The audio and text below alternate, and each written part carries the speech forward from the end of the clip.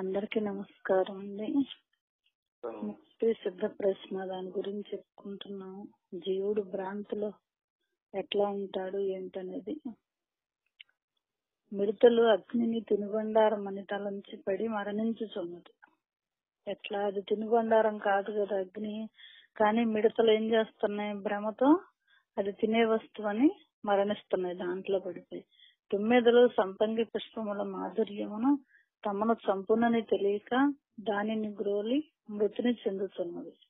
తుమ్మెదలు ఏం చేస్తున్నాయి? సంపంగి పుష్పం, దానికి ఎప్పుడు మకరందం కావాలి కదా. అట్లాగే మరి ఆ పుష్పం కూడా ఇది కూడా అదే అనుకుని సంపంగి పుష్పం దగ్గరికి వెళ్ళి చనిపోతుంది. దాంట్లో దాన్ని తిని చనిపోతుంది అన్నమాట. మృతిని చెందుతున్నది. భ్రాంతుడు స్థానువును పిశాచమని తలంచి భయకంపితుడై కట్టకడకు చావునను చస్తున్నాడు. ఎవరు? భ్రాంతితో ఉన్నవాడు అన్నమాట. పిశాచం స్థానువునంటే ఒక రాయి లాంటి దాన్ని, స్థిరంగా ఉన్నదాన్ని పిశాచమని భయపడి భయకంపితుడై చివరికి చనిపోతున్నాడు. దీని మోహభ్రాంతుడు దిక్కు తెలియని వాడు ఎన్ని చోట్లనో సంచరించి పులివాతను పడేస్తున్నాడు. అంటే ఒక అడవిలోకి వెళ్ళి తన యొక్క ప్రయాణం తెలియక, ఏటో దారి తెలియక ఆ పులివాతను సింహం వాతను ఏదో ఒకటి పడి చనిపోతున్నాడు. ఆ ప్రకారము శృతి స్మృతులు పురాణములు తాను సచ్చిదానంద రూపుడని వక్కాణించుచుండగా వానిని విచారింపక భ్రాంతుడగు అవివేకి జీవత్వ బుద్ధిచే అనేక విధములకు అనర్థముల బడయిచున్నాడు. ఈ భ్రాంతి తొలగగానే మేఘమండలము తొలగిన సూర్యుడు వలెను చంద్రుడు వలెను తాను ప్రకాశించున్నాడు. దాన్నే ఇటు చెప్తున్నారు. విచారిస్తే వివేకంతో అవివేక జీవత్వ బుద్ధిచే అనర్థములతో ఎందుకంటే పుట్టి చనిపోతున్నాడు. ప్రతివాడు కూడా తన తత్వం ఏంటో తానేంటో తెలియకుండా చనిపోతున్నాడు. ఎప్పుడైతే మేఘం తొలగిపోయిందో సూర్యుడు ప్రకాశిస్తాడు, చంద్రుడు ప్రకాశించేటట్లు తన యొక్క అజ్ఞానం కనుక తొలగిపోతే ఈ జీవుడు కూడా పరమాత్మయి భాషిస్తాడని చెప్తున్నారు అన్నమాట. సమ్యక్ విచారణ అని వివేకము లేకపోతేను ప్రమాదం వలన ఏం జరుగుతుంది? ప్రతి మనిషి కూడా అజ్ఞాన పాశ బద్ధత్వ సముక్త పురుష స్వతః జ్ఞానాత్తస్య నివృత్తి స్యాత్ ప్రకాశాత్తమ సోయథ. అజ్ఞాన పాశ వదిలితే అముక్త పురుషుడు జీవుడని చెప్పబడుతున్నాడు. ఇప్పుడు అజ్ఞానం అనే పాశంతో ఈ జీవభావంతో ఉండి కట్టబడితే అముక్త పురుషుడు అంటే ముక్తి పొందని వాడు జీవుడని చెప్పబడింది. ప్రకాశం వలన చీకటి నశించినట్ల నేను బ్రహ్మను అను జ్ఞానము వలన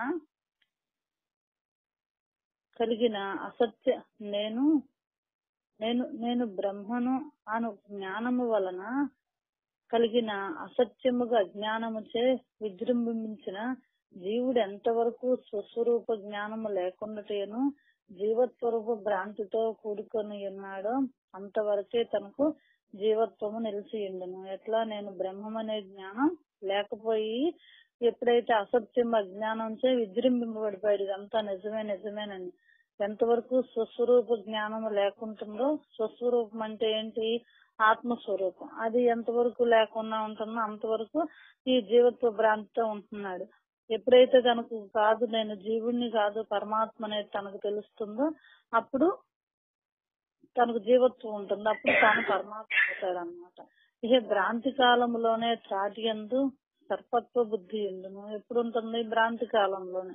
ఎందుకని? ఎప్పుడో చూశాడు అదేనేమో అనుకుంటున్నాడు కానీ అది కాదు. భ్రాంతి అంటే ఏంటి అంటే అసలు అదే అనుకుంటున్నాడు కానీ అది కాదు. ఎట్లా కాదంటే జ్ఞానోదయం కలిగితే జీవుడు దేవుడు అవుతాడు. లైట్ తీసుకొస్తేనే పామని భ్రమించేది తాడని తెలుస్తుంది తనకి. కాబట్టి దీప ప్రకాశంచే భ్రాంతి తొలగ్గా ఎప్పుడైతే తాడుగా తోస్తుంది, ఎప్పుడు దీప ప్రకాశం లైట్ తీసుకొచ్చి అయ్యో దీన్ని చూసా నేను ఇన్నాళ్ళ నుంచి ఎట్టా అనుకుంటున్నాను, ఇది తాడేనా పాము అనుకుంటున్నాను, భ్రమిస్తున్నాను, భయం వేస్తుంది నాకు అనుకుంటాడు. ఈ సృష్టి జగత్తు కూడా ఏమైపోతుందో, ఈ శరీరం ఏమైపోతుందో, ఇదంతా ఏమైపోతుందో అనే భ్రాంతి ఎప్పుడుంది? ఇదంతా నిజం అనుకున్నప్పుడు. ఇదంతా నిజం కాదనుకోవటం ఎట్లా? జ్ఞానం రావాలి. జ్ఞానం రావాలంటే విచారణ కావాలి, సాధన చెయ్యాలి, గురువు కావాలి, గురువు దగ్గర శ్రవణం చెయ్యాలి. ఆ విన్నదాన్ని మళ్ళీ తనకు తానుగా నిర్ధారించుకోవాలి, వినంగానే కాదండి.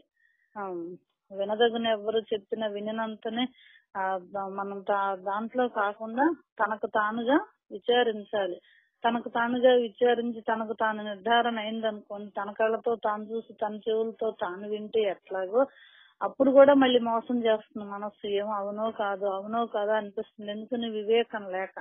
ఎప్పుడైతే వివేకం తెచ్చుకుని దాన్ని దానిగానే చూడగలిగాడు, ఎట్లయితే జ్ఞానం కావాలి తనకు, వినటం ఒక రకం.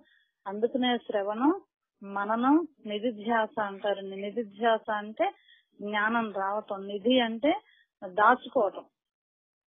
ఇక్కడేంటి, శ్రవణం విన్నాడు, గురువు ద్వారా విన్నాడు, పెద్దల ద్వారా, సత్సంగాల ద్వారా, శాస్త్రం, పురాణాలు, ఇతిహాసాలన్నీ ఉన్నాయి, విన్నాడు. విన్నదాన్ని ఏం చేయాలి, మననం చేయాలి. మననం చేయటం అంటే నెమరు వేసుకోవటం. నెమరు వేసుకోవాలంటే ఏం చేయాలి, వినేటప్పుడే శ్రద్ధగా వినాలి. శ్రద్ధగా విన్నప్పుడే శ్రద్ధావాన్ లేకపోతే జ్ఞానం అని గీతాచార్య చెప్పినట్టుగా మనకి జ్ఞానం కలుగుతుంది అన్నమాట. లేకపోతే ఏదో విన్నామా వదిలేసాం అంతే. మళ్ళీ మననం చెయ్యాలి. దాన్ని వినేటప్పుడు ఏకాగ్రత ఉంటేనే మననానికి అవకాశం ఉంటుంది. వినేటప్పుడే మనసు అటు ఇటు పోతే ఇంకా మనం విన్నా ఒకటే, వినకపోయినా ఒకటేనమాట. కాబట్టి ఉండేటప్పుడు శ్రద్ధగా వింటేనే మనకి ఆ విన్నది ఎప్పుడైతే ఆ వివేకంతో మననం చేస్తే, నిధిధ్యాస పెట్టుకుంటేనే వివేకంతో కూడిన జ్ఞానం అండి. అప్పుడేం జరుగుతుంది, జీవత్వ భ్రాంతి తొలగిపోతుంది. ఏమవుతుంది, తనకు తాను నిర్ధారణ చేసుకోగలుగుతాడు. విషయాన్ని నిర్ధారణ చేసుకుంటే జీవత్వ భ్రాంతి తొలగా జీవబుద్ధి నశిస్తుంది. శరీరమే నేననేది నశించి పరమాత్మ స్వరూపం తనకి స్పష్టమవుతుంది. ఎట్లాగయ్యా అంటే తనకు తానుగా. అప్పుడు అంతరంగ మెరుగ హరుడవును గురుడవును, అంతరంగ మెరుగ ఆర్యుడగును, అంతరంగ మెరుగ అతడిపో శివయోగి విశ్వదాభిరామ వినురవేమ అని వేమన చెప్పినట్టుగా అంతరంగమే ముందు అన్నమాట దానికి. కాబట్టి శ్రవణము, మననము, నిధిధ్యాస ఇవన్నీ చేసుకుంటే ఆ విచారంలో తనకు తానుగా నెగ్గు తేలిపోతే గనక తనకు తాను పరమాత్మ స్వరూపం స్పష్టంగా అవగాహన కలుగుతుంది అన్నమాట, అనుభూతిలోకి వస్తుంది. ప్రపంచమున ప్రచండ భాస్కరుడు సుతీష్ణ కిరణములతో ప్రకాశించుచుండెను. అంధుడును కామిలా రోగము కలవాడును ఎటుల ఏ వస్తు స్వరూపమున తెలియజాలరో ఆ ప్రకారము వేదాంత భాస్కరుడు అనేక విధ శాస్త్రోపశాస్త్రములను కిరణములతో వెలుగొందినను. అవివేకమును, అంధత్వము, కామిలా రోగము మొదలైన దోషములెందిన యథార్థ తత్వమును కనుగొనజాలడు. మరి సూర్యుడు ఇంత ప్రకాశిస్తున్నా గాని గుడ్డివాడు చూడలేకపోతున్నాడు. ఎందుకని, గుడ్డివాడికి ఆ కంటికి అడ్డం వచ్చింది చూసే విధానం. ఆ కామెర్ల రోగికి అట్లాగే వస్తుంది, అడ్డం వచ్చింది. ఎందుకని ఏమవుతుంది, భాస్కరుడు ప్రకాశిస్తున్నా గాని చూడలేకపోతున్నారు. ఎందుకని, వీళ్ళు అడ్డం వచ్చింది. ఇక్కడ కూడా మామూలుగా అవివేకం అనేది అడ్డం వచ్చింది. ఎవరికి, ప్రతి మనిషికి కూడా వివేకం లేకపోవటం వలన తెలుసుకోలేకపోతున్నాడు. కాబట్టి ఎప్పుడైతే వివేకం కలిగితే తెలుసుకుంటాడు. యథార్థ తత్వాన్ని కనుగొనలేకపోతున్నాడు. ఎందుకని, మనకి అవివేకంతో. ఇది ఏ భ్రాంతి. యథార్థంగా విచారించిన ఇది ఏ సత్యాతి సత్యము. మనం యథార్థంగా విచారిస్తే ఇదే సత్యానం కంటే సత్యం ఇదే, ఇంతకంటే ఇంకా ఏమి లేదని చెప్తున్నారండి. దీనికి మనకు వేమన యోగ పద్యం చెప్తున్నారు. జీవ భావ మెరుగ చెడదెన్నటికి మతి దైవమును నెరుంగ ధనరు బుద్ధి తేజముదయమంద తిమిరంబు నిల్వదు విశ్వదాభిరామ వినురవేమ. జీవ భావ మెరుగ చెడదన్నటికి మతి. ఆ జీవుడంటే ఎవరు, ఆ భావం ఏంటి అనేది ఎప్పుడైతే మనం తెలుసుకుంటామో ఉండేదేంటి, ఉండనిదేంటి, మార్పు చెందేదేంటి, ఉండేదేంటి, శాశ్వతమైంది. నిన్న ఇవాళ రేపు ఎప్పుడు కూడా ఉండేది. నిన్న అంటే నిన్న ఇవాళ కాదు, ఎప్పుడు. మన కాలాలు ఉన్నాయి కదా, 3 కాలాలు ఉన్నాయి కదా. కాలాలు అవస్థలు నిన్నటిని ఏదో చెప్తాను, గుర్తు రావట్లేదు. భూత భవిష్యత్ భూత భవిష్యత్ వర్తమాన కాలాలు ఉన్నాయి కదా. ఈ 3 కాలాల్లో ఉండేది ఏంటి అని విచారించాలండి. భూతకాలం అంటే జరిగిపోయింది, వర్తమానం అంటే జరుగుతుంది, భవిష్యత్ కాలం అంటే జరగబోయేది. ఈ 3 కాలాల్లో కూడా భూతకాలం అంటే అంతకుముందు మన తాతల్లో ఏముంది, వర్తమానంలో మనలో ఏముంది, మన పిల్లలు తర్వాత కూడా ఏముంది, సృష్టి మొత్తం దేంతో జరుగుతోంది అనేది భూత భవిష్యత్ వర్తమాన కాలాల గురించి ఎప్పుడైతే తాను అవగాహన చేసుకుంటాడో అప్పుడు తనకి మతి చెడదనమాట. అప్పుడు దైవమును నెరుంగ తనరు బుద్ధి. ఎప్పుడైతే ఆ దైవమును తెలుసుకుంటాడో, తనరు అంటే అతిశయం అండి. అతిశయం అంటే ఇంతకంటే గొప్పది ఇంకొకటి లేదు, ఇక తెలుసుకోవాల్సినంత లేదు వాడికి. అప్పుడేమవుతుంది, బుద్ధి స్థిరపడిపోతుంది తనకి. దీప్త బాణుని గని తేజం ఉదయమంద తిమిరంబు నిలవదు. తేజం అంటే జ్ఞానోదయం కలిగితే అజ్ఞానం పోతుంది, చీకటి పోతుంది. తేజం అంటే వెలుతురు వస్తే చీకటి ఎట్లయితే పోతుందో మనకి జ్ఞానం కలిగితే అజ్ఞానం పోతుంది. దానికి ఏం చెయ్యాలి అంటే జీవభావం ఎరుగ చెడదెన్నటికి మతి. ఆ జీవత్వం తెలుసుకుంటే, జీవి యొక్క భావాలు తెలుసుకుంటే మన మతి చెడిపోదు. లేకపోతే ఏమవుతుంది, అజ్ఞానంలో కొట్టుకుని భ్రమలో మునిగిపోతాం. అది ఎప్పుడైతే తెలుసుకున్నామో దైవమును నెరుంగ తనరు బుద్ధి. దైవాన్ని తెలుసుకుంటే ఆ బుద్ధి ఏమవుతుంది, అతిశయంగా పరిణమిస్తుంది అనమాట. అతిశయం అంటే వింతలకే వింత అయిందనమాట. అది ఇంకా చెప్పటానికి వీలు లేని అనుభూతి కలుగుతుంది. అది తేజోదయమంద తిమిరంబు నిలవదు. ఎప్పుడైతే వెలుతురు వచ్చిందో ఇక్కడ పోతుందని మనకి వేమన యోగి ఈ పద్యం ద్వారా తెలియజేశారండి. తర్వాత బ్రహ్మపురాణంలో శ్లోకం చెప్తున్నారండి. సర్పస్య రజ్జు తానాస్తి నాస్తి రజ్జో భుజంగత ఉత్పత్తి వాసయోర్నాస్తి కారణం జగతోపి చ లోకానాం వ్యవహారార్థ మా విద్యేయం వినిర్మిత ఏషా విమోహిని చిత్తై ద్వైతాద్వైత స్వరూపిణి అద్వైతం భావయేద్ బ్రహ్మ సకలం నిష్కళం సదా సర్పము త్రాడు అని భ్రాంతియు త్రాడు సర్పమని భ్రమయు రెండును అసత్యములే. అంటే దీన్ని చూసి అదనుకున్న అసత్యమే, దాన్ని చూసి ఇదనుకున్నా కూడా అసత్యమే. ఇట్లు చెప్పుడితే ఆత్మానాత్మలకు పరస్పరాధ్యానమగు అన్యోన్యాధ్యాసము లేదు.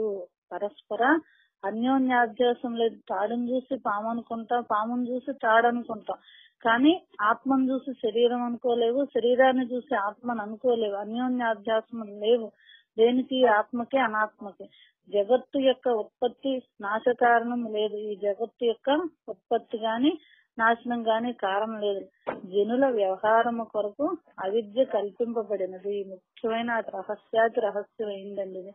ఈ జనుల వ్యవహారము కొరకు అవిద్య కల్పింపబడినది. దాన్నే అజ్ఞానము, అవివేకము, భ్రాంతి, ప్రకృతి మున్నగు పేరుతో వ్యవహరిస్తారు. ఈ అవిద్య ద్వైతాద్వైత స్వరూపము గలది. ఈ అవిద్య ఎట్లాంటిది?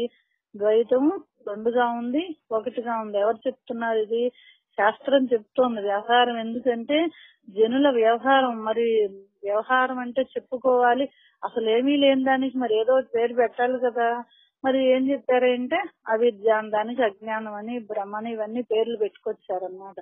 ఇది ఎట్లాంటిది? ద్వైతము అద్వైతం. అద్వైతం కూడా లేదండి. ఒక స్థితికి వెళ్తే అద్వైతం కూడా దాచుకోవాలి. అద్వైతం అంటే ఏంటి?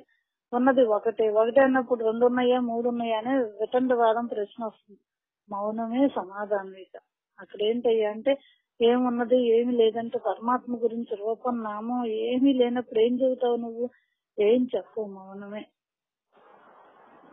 అందుకనే మనకి మనన వృత్తి భూని మౌన సమాధిలో తనదు జ్ఞప్తి మరచి తాల్మితోడ పెంపు చెందువాడు ప్రియభక్తుడగునయ్యా అంటారు వేమన. ఎట్లా?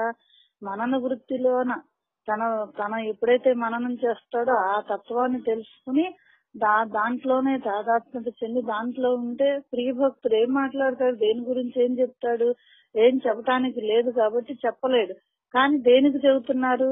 అవిద్య అంటే లేనిది తెచ్చిపెట్టుకున్నావు కాబట్టి ఆ లేనిది పోగొట్టుకోవటం కోసమే ఈ వేదాంత శ్రవణం అంతా. కాబట్టి ఈ అవిద్య ఎట్లా ఉంది? ద్వైతంగాను అద్వైతంగా కూడా ఉన్నది. విమోహిని అను నామధేయముతో నొప్పుచున్నది. మోహం లేదు. మోహిని అంటేనేమో మోహంతో కూడుకుంది, విమోహిని అంటే లేదు. కనుక ఈ అనర్థమునంతయు విడనాడి, అనర్థం అంటే ఏంటి?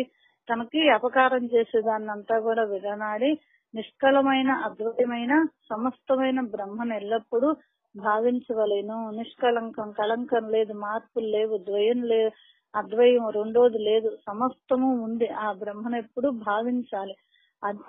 అస్య సత్తా అంటే జీవసత్తా. జీవసత్తా 3 విధములు. ఎట్లాగయ్యా అంటే ఇది 3 విధములు. పారమార్థిక, వ్యవహారిక, ప్రాతిభాషిక భేదములచే జీవుడు 3 విధములుగా ఉన్నాడు. సత్తయ్యు పారమార్థిక సత్తాతో ఉన్నాడు. వ్యవహారిక సత్తా, ప్రాతిభాషిక సత్తా అని 3 విధములుగా ఉన్నది. దీని వివరం విచార సాగరంలో చెప్తారని చెప్పుకొచ్చారండి. స్వప్న జీవుడు ప్రాతిభాషకుడు. అంటే స్వప్న జీవుడు అంటే మనం తేజస్ ప్రాజ్ఞుడు, తైజసుడు, విశ్వడు అని చెప్పుకున్నాం కదా, మూడు రకాలుగాను. కాబట్టి స్వప్న జీవుడు ఎట్లాంటి ప్రాతిభాషకుడు, భాషిస్తున్నాడు. కానీ దీంట్లో లాగా లేడు. ఎట్లా లేడయ్యా అంటే విశ్వత్వంలో లేడు. తనకుగా అప్పుడు తెలియట్లా, కానీ ప్రతిభాషిస్తున్నాడు ఎప్పుడు స్వప్నంలో, కలలో. ఎవరు? జీవుడు. జాగ్రత్త జీవుడు వ్యవహారికుడు. ఈ జాగ్రత్త అవస్థలో ఎట్లా ఉన్నాడు? వ్యవహరిస్తున్నాడు. ఎట్లా వ్యవహరిస్తున్నాడు అయ్యా అంటే తను ఆ స్థితిలో ఎట్లా జాగ్రత్త వస్తుంది. విశ్వం అంతా కూడా తాను చూస్తూ వ్యవహరిస్తున్నాడు. ఇక పారమార్థికుడు ఎట్లాగయ్యా అంటే ప్రాజ్ఞుడు ఉన్నాడు. ఎట్లా ఉన్నాయి అంటే సాక్షిభూతుడు. ఈ 3 అవస్థల్లో 3 రకాలుగా ఉన్నారని ఇట్లా చెప్పుకొచ్చారనమాట. ఈ చోట రజ్జు సర్ప భ్రాంతి ప్రాతిభాషిక సత్తా అని తెలియవలెను. రజ్జును చూసి, సర్పం తాడును చూసి పాముని ఎట్లా ప్రతిపాదిస్తున్నామంటే ప్రాతిభాషికం. కానీ లేదు అక్కడ. మన కళలో కూడా ఉంది, అక్కడ నిజంగా జరగట్లా. నీకు ప్రతిఫలిస్తోంది, ప్రాతిభాషికం జరుగుతోంది. కానీ నిజంగా మెలకు వచ్చాక ఏమైపోయింది? జగత్తులోకి వచ్చేటప్పటికి, మేము వ్యవహారంలోకి వచ్చేటప్పటికి అదంతా కలే కదా అనుకుంటాం. ఎందుకు అనుకుంటాం? మెలకువలోకి వచ్చాను. ఇక్కడ ఏం జరిగింది? ఆ తాడును చూసి పాము అనుకుని లైట్ తో చూస్తే అయ్యో ఇది పాము కాదు తాడేనా అని అనుకుంటాం అన్నమాట. అట్లా ఇది ప్రాతిభాషిక సత్తా అని తెలియవలెనని చెప్తున్నారండి. తర్వాత అనాదిత్వం అవిద్యాయాః కార్యస్య అపి తథా ఇష్యతే ఉత్పన్నాయాం తు విద్యాయాం అవిద్యకం అనాది అపి. అవిద్యయు తత్కార్యము నా అనాదులు నశించినవి. అవిద్య కూడా ఎట్లాంటిది? అవిద్యతో నశిస్తుంది, తత్కార్యం కూడా నశిస్తుంది. దాంతో చేసిన పనులన్నీ కూడా నశిస్తాయి. ఇది ఎక్కడికి? అనాదులు మొట్టమొదటే వచ్చింది అవిద్య. కావున నిత్యములని సందేహింపన అవసరం లేదు. అనాదులు అనగా ఆది లేనివి, అంతము గలవని అర్థము. ఆది భగవంతుడికేమో ఆది అంతం లేదండి. అవిద్యకేమో, అజ్ఞానానికేమో ఆది ఉంది, అంతము ఉంది. ఆది లేదంటే ఉన్నది కానీ ఎప్పుడు మొదలైందో చెప్పలేరు. పరమాత్మకేమో అంతం లేదు, కానీ అవిద్యకి ఎట్లా ఉంది? అంతం ఉంది. ఇక్కడ చిన్న మెలికండి రహస్యం అన్నమాట. అనాదులు అనగా ఆది లేనివి, అంతము గలవని అర్థం. అవిద్య ఎప్పుడు వచ్చింది? ఆది మొట్టమొదట్లో ఉంది, కానీ ఎప్పుడు జ్ఞానోదయం అయితే అజ్ఞానం పోతుంది. ఎప్పుడు వచ్చిందంటే చెప్పలేరు, ఎవరు కూడా చెప్పలేరు. అజ్ఞానం ఎప్పుడుదయ్యా అంటే అనాది. పరమాత్మ ఎప్పుడైతే పుట్టాడో అప్పుడే పరమాత్మతో పాటే వచ్చింది అవిద్య కూడా. ఈ విషయమునిచట నిరూపించుతున్నారు. అవిద్య అనాది, తత్కార్యమగు జగత్తు జీవబుద్ధ్యాదులు అనాదులు అయినను విద్యా జ్ఞానము పడసూపగానే అనాదియుగు అజ్ఞానకార్య జాతమంతయు నశించుతున్నది. విద్యా జ్ఞానము పొడసూపాలంటే, పొడసూపటం అంటే ఏంటి? పొడ అంటే ఏంటి? మనకి లోపల అంతర్ముఖంగా ఎప్పుడైతే సాధనలో మొదలు పెట్టామో అవి అనాదైనా సరే అజ్ఞానకారి జాతం అంతయు నశిస్తుంది. ఎప్పుడు? విద్యా జ్ఞానం చేత. ఏ విద్యా జ్ఞానం? బ్రహ్మ విద్యా జ్ఞానం చేత అంతర్ముఖంలో నువ్వు ఎప్పుడైతే వెళ్ళావో ఈ అనాది ఎప్పటి నుంచో వచ్చింది. ఇది ఇప్పుడనేది చెప్పడానికి వీల్లేదు కదా. అనాది అంటే అనాదిలో వచ్చిన అవిద్య కూడా అజ్ఞాన కార్య జాతమంతయు నశించుతున్నది. ఎందుకని నశిస్తుంది? జ్ఞానము పొడసూపగానే. అది ఆ పొడ అనేది రహస్యం అండి. విద్యా జ్ఞానం ఎప్పుడైతే అంతర్ముఖంలోకి వెళ్ళిందో నీకు పొడ చూపింది, అంతవరకే. చూపిస్తే ఏం జరుగుతుంది? అజ్ఞాన కార్యం అంతయు నశిస్తుంది. కారణము కన్నా కార్యము వేరు కాదు. అగ్ని కార్యము దహించుట. అగ్నికి కారణము కన్నా కార్యము వేరు కాదు. అంటే కారణములోనే కార్యం దాక్కుంది. ఎట్లా? అగ్ని కార్యం దహించుట. అగ్ని యొక్క పని ఏంటి? కాల్చటం. అది వహ్ని కన్నా వేరుగా ఉండటం లేదు, వేడి కన్నా వేరుగా ఉండటం. అగ్ని అంటేనే వేడి కూడా కలిసి ఉన్నది దాంట్లో. జల కార్యము శీతల భావము, నీళ్ళ యొక్క కార్యం ఏంటి చల్లదనం. మరియు కారణము కన్నా పృథక్కుగా లేదు, వేరుగా లేదు. అవయముల కన్నా శరీరము భిన్నము కాదు, తంతువుల కన్నా వస్త్రము వేరు కాదు, విత్తనము కన్నా చెట్టు వేరు కాదు. ఈ ప్రకారము కార్యకారణముల కైభేదమును గుర్తెరింగవలెను. కార్యకారణ సంబంధం అంటే ఇదేనండి. కారణంలోనే కార్యం ఉంది, కానీ ఎట్లా ఉంది బయటకు రావటల్లా. బయటకు వచ్చాక ఏముంది, ఇది కారణం ఇది కార్యం అని చెప్పుకుంటున్నాం అన్నమాట. కనుకనే అవిద్య అనాది అయినా తత్కార్యము కూడా అనాదియే. అజ్ఞానం ఎప్పుడైతే మొట్టమొదట్లో ఉందో అజ్ఞానంతో చేసే పనులన్నీ కూడా అప్పటి నుంచే ఉన్నాయి. మరి ఇదంతా పోవాలంటే ఏం కావాలంటే జ్ఞానం కావాలి. మరి పరమాత్మ దగ్గరకు వచ్చేటికి పరమాత్మది జ్ఞానమా అజ్ఞానమా ఏం చెబుతాం? ఏమీ చెబుతానికి లేదు, మౌనమే. అందుకని మనన వృత్తి పూని మౌన సమాధిలో, మనన వృత్తి పూని అంటే మననం అంటే శ్రవణం విన్నదాన్ని, మనన వృత్తి పూని మౌన సమాధిలో మాట్లాడేవాడు తనదు జ్ఞప్తి మరచి నేననే భావాన్ని మరచి తాళిమితోడ ఆ పరమాత్మతోనే ఎప్పుడు అనుసంధానం అయ్యి ఆ ఆనందంలోనే ఉంటూ ఉంటాడు. కాబట్టి దాన్నే పెంచుకుంటూ ఉన్నవాడు ప్రియభక్తుడు అని చెప్పుకొస్తున్నాడు అన్నమాట మన సేవన యోగి.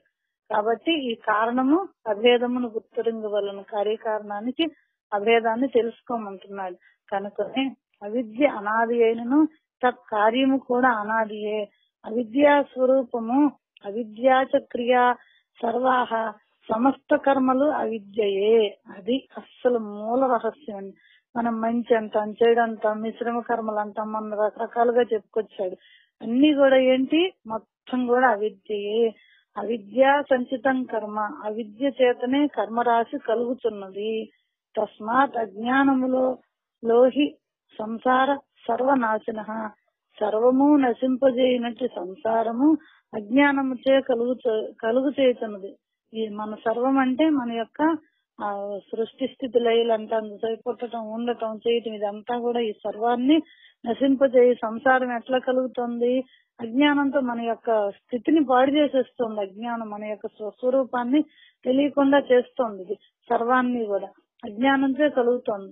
విద్యా స్వరూపము విద్యయామృత మస్నుతే, జ్ఞానము చేతనే అమృతమును అనుభవించుతున్నాడు.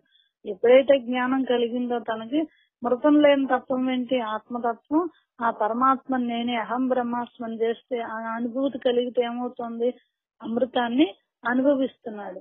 విద్యాచ విముచ్యతే, జ్ఞానము చేత బంధముక్తుడొగుతున్నాడు. ఎప్పుడైతే జ్ఞానోదయం కలిగిందో దానికి దృష్టి మారిపోయింది. తనకు ఎప్పుడేమైంది, జ్ఞానోదయం కలిగితే అంతర్దృష్టి వచ్చింది. ఇంతకుముందు ఈ సృష్టి అంతా నిజమేననుకుంటాడు. అంతర్దృష్టి వస్తే ఏం జరుగుతుంది, సృష్టి అంతా మార్పు చెందేదే.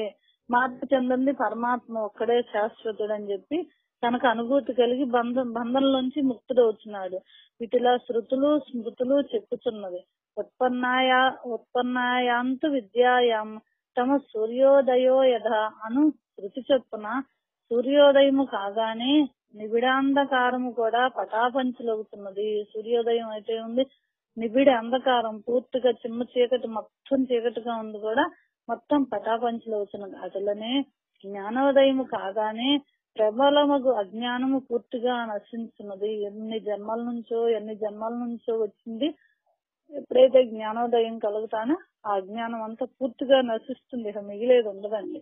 క్రమక్రమంగా అభివృద్ధి చెంది భాస్కరుడు ప్రచండుడై మధ్యాహ్నమున సంపూర్ణ కిరణంతో ప్రకాశించుతుందా తమోవార్తమైన ఇచ్చోటనో కదా. ఎట్లా ఉంది, ఎక్కడుంది, మధ్యాహ్నం 12 గంటలకు మెట్ట మధ్యాహ్నం సూర్యుడు అభివృద్ధి చెంది ప్రచండ భాస్కరుడు అయిపోయినప్పుడు ఇంకా చీకటి ఎక్కడుంది? ఆ తీరున పరిపూర్ణ అఖండ విజ్ఞానము కలుగగా అజ్ఞానాంధకారము కలగా ఎట్లా కావాలి, ఇది పరిపూర్ణం కావాలి. ఆ విజ్ఞానం అనుభవం కూడా పరిపూర్ణం కలిగితే ఇంకా అజ్ఞానం ఉందా లేదా? అయితే సూర్యోదయమునకు ముందు అరుణోదయం అగునట్లా, శ్రద్ధగా వినండి, సూర్యోదయమునకు ముందు అరుణోదయం అగునట్ల బ్రహ్మజ్ఞానం ఉదయించక మునుపు బ్రహ్మ జిజ్ఞాస కలుగును. అంటే బ్రహ్మాన్ని గురించి తెలుసుకోవాలనే తపన కలుగుతుంది. మనకు భగవద్గీతలో భక్తుల గురించి 4 రకాలుగా చెప్పుకొచ్చారు కదా. అర్థి, అర్ధార్థి, జిజ్ఞాస, జ్ఞాని.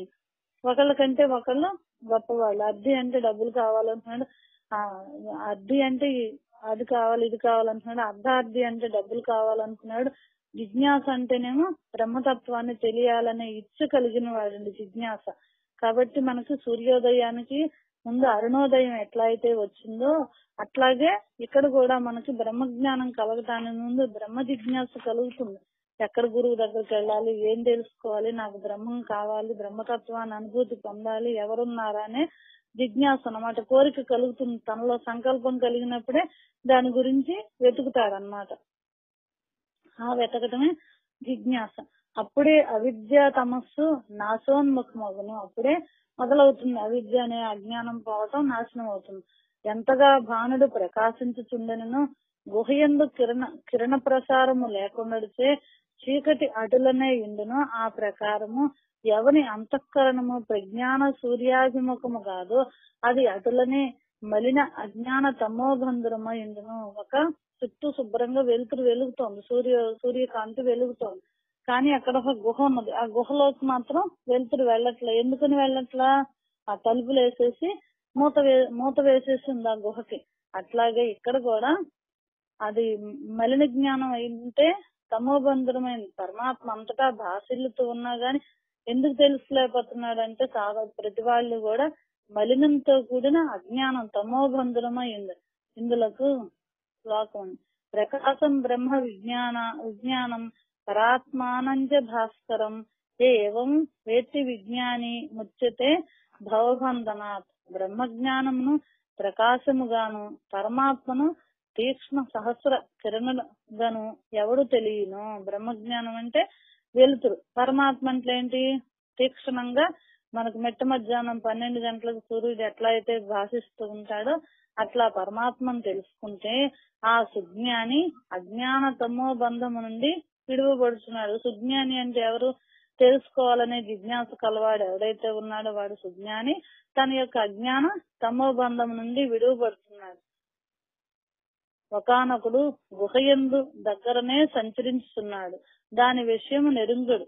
గుహకి దగ్గరలోనే తిరుగుతున్నాడు గాని ఆ గుహ సంగతి తెలియడు. ఒకానొక ఆప్తుడు వచ్చి గుహ విషయమును తెలియజేసును, శుద్ధముగా చేసను, దీపము వెలిగించును. అంతే ఇందా చెప్పుకున్నాం కదా, గుహ చీకటితో ఉంది. ఒకనొక ఆప్తుడు వచ్చి ఈ గుహ ఉన్నదని చెప్పాడు. దాన్ని శుభ్రం చేశారు. ఆ గుహలోకి దీపం వెలిగించిన అప్పుడు అతడు గుహను కనుగొని విచారించి ముళ్ళు రాళ్లు మొదలైనవి తీసివేసి అదండి అతి రహస్యం, రహస్యాత్ రహస్యం.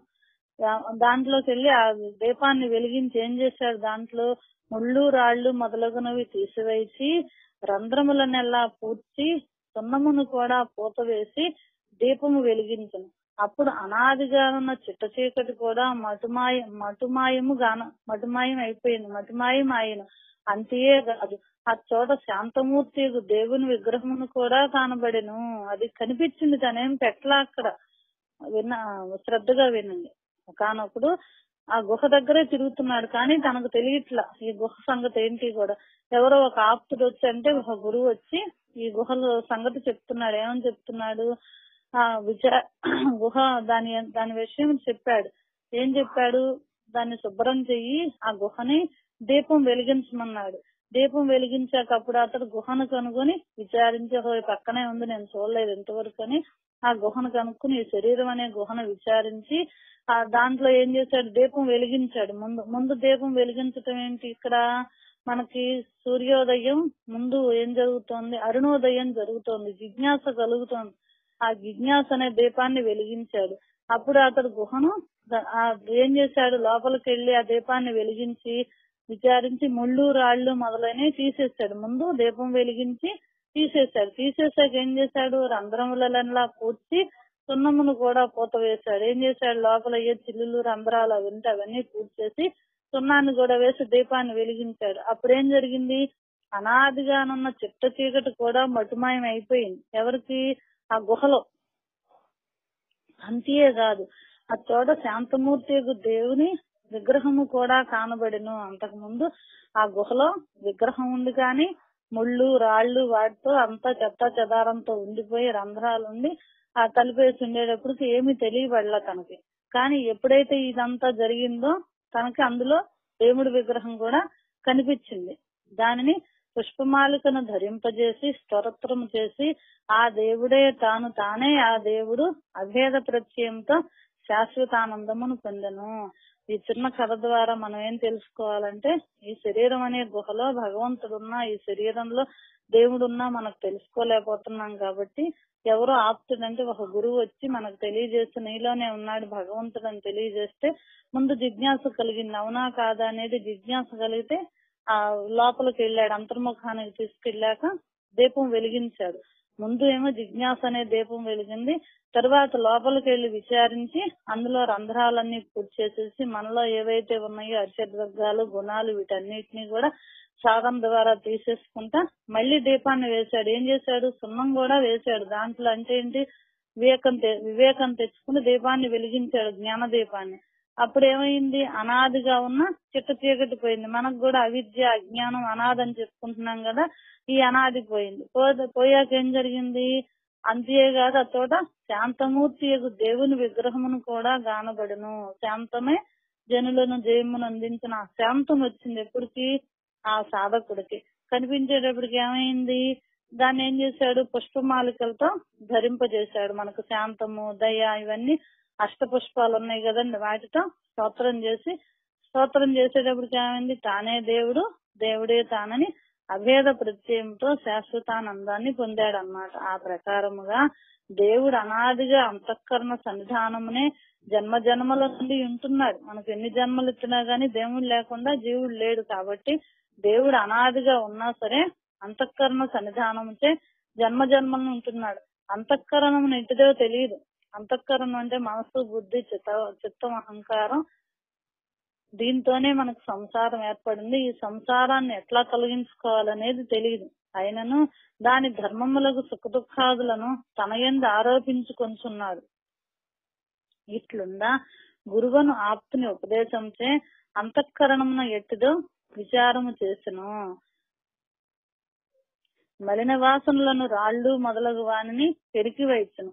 సత్వగుణమును సుధ అంటే అమృతం అండి.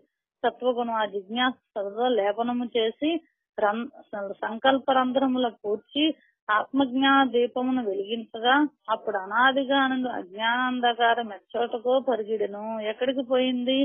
ఆ చీకటి, ఆ గుహలో ఉన్న చీకటి, ఈ శరీరం అనే గుహలో ఉన్న చీకటి ఆ పరమాత్మలో లీనమైపోయింది, వెలుగులో లీనమైపోయిందని. మరియు పరమాత్మ దేవుడు సాక్షాత్కరించును. సమాధి గుణములను దారముతో ఉపనిషత్తులను పుష్పమాలికను తయారు చేసి బ్రహ్మ విచార స్తోత్రము గావించి పరమాత్మయే తానే ఆ పరమాత్మయైన అభేద బుద్ధితో జీవుడు పరమాత్మయే అఖండానందము నందుతున్నాడు. ఏం చేశాడు? సమాధి గుణములనే దారంతో అంతరేంద్రియ నిగ్రహం, బాహ్యేంద్రియ నిగ్రహం, ఇంద్రియాల నిగ్రహం అనే దారంతో ఉపనిషత్తులను పుష్పమాలికలను తయారు చేసి బ్రహ్మ విచార స్తోత్రమును గావించిదంతా బయట చేసేదండి. మరి నిజంగా పూలున్నాయా ఇక్కడ? నిజంగా దారం ఉందా అంటే అంతా అంతరంగం గురించేనమాట. అంతరంగంలో ఇదంతా చేస్తే పరమాత్మే తాను పరమాత్మయని అభేద బుద్ధితో జీవుడు పరమాత్మయే అఖండానందం. అఖండం అంటే ఖండించడానికి వీల్లేంది, వేరు చేయటానికి వీల్లేనైన ఆనందాన్ని పొందుతున్నాడు అన్నమాట. ఎవరు? ఈ జీవుడు దేవుడైన వాడు. గుహయందు దేవుని చూచిన వాడు పరమానందముతో ఇతరులకు దర్శింపజేయనట్లా. ఎవరు?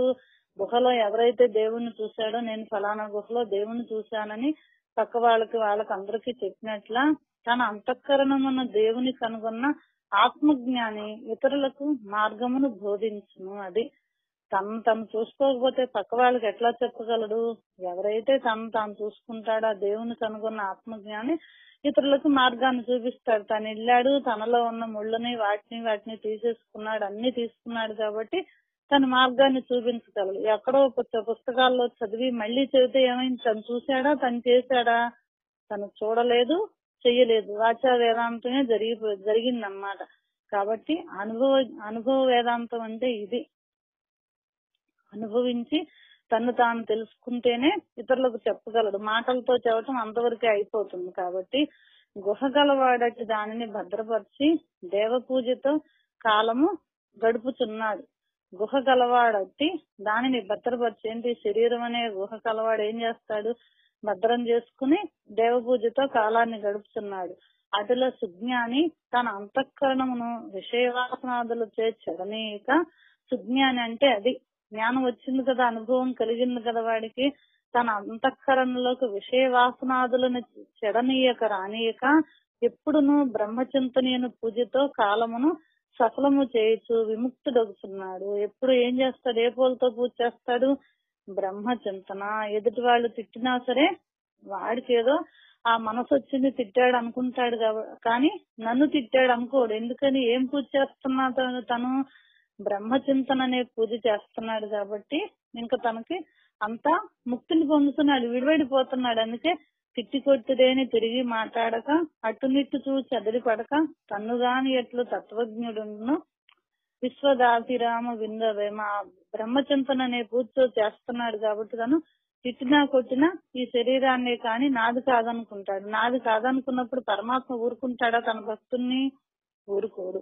ఎవరైతే చేస్తున్నారో అపకారం భక్తుడికి వాడికి వెళ్ళిపోతాయి ఇవన్నీ కూడా. నాది కాదనుకున్నాడు కాబట్టి ఎవరు ఏది చేసినా నీదే, మాట గాని దెబ్బ గాని ఏదైనా సరే మనకి తుకారం సినిమాలో కనిపిస్తుందండి. కనుక అనాదియగు అవిద్యయు నశించును. వాసుదేవ మననే